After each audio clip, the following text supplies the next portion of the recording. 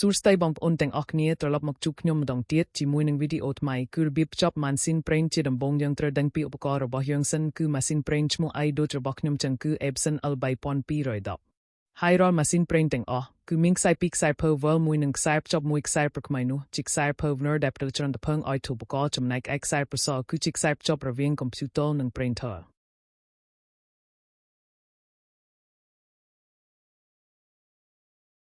តោះបន្ទាប់មកទៀតយើងត្រូវដំឡើង driver របស់ printer Epson L3210 នោះដោយចូលទៅកាន់ Google បន្ទាប់មកសរសេរពាក្យ Epson L3210 driver មកដល់កន្លែងនេះយើងត្រូវជ្រើសរើស version Windows ឲ្យត្រូវនឹង version Windows computer របស់យើងក៏ដូចជា system base ផងដែរបន្ទាប់មកទៀតចុចលើពាក្យ driver ហើយចុចពាក្យ download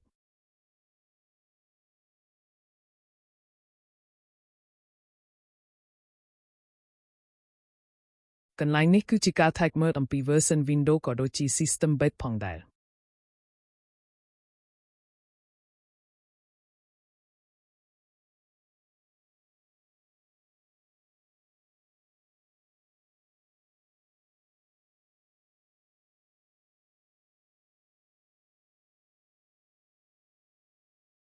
នៅពេលយើងចុច download ហើយចុច accept មួយទៀតជាការស្រេចហើយរងចាំបន្តិច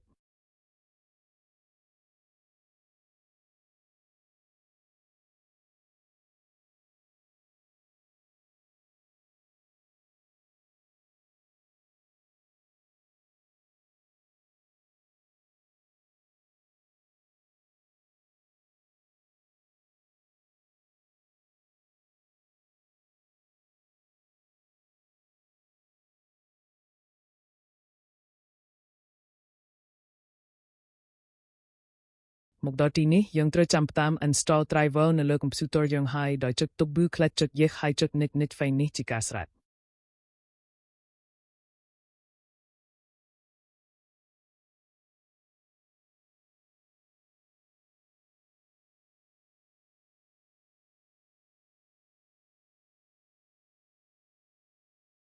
ចូលទៅ tag ថា install ជោគជ័យនៅដោយស្វែងរកឈ្មោះ printer L3210 និងដាក់វាជា default printer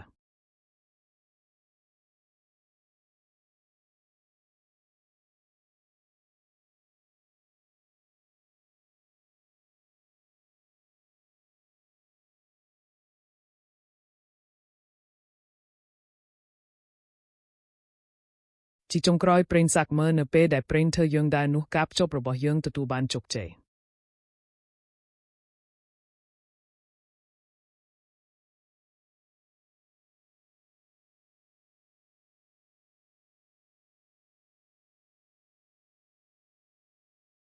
បើមានបញ្ហាអាចទំនាក់ទំនងមកខ្ញុំបានខ្ញុំនឹងប្រាប់បន្ថែមបើលើសលួសក្នុងប្រការណាសូមអភ័យទោសកុំភ្លេច like share comment សូមអរគុណជួបគ្នានៅវីដេអូក្រោយ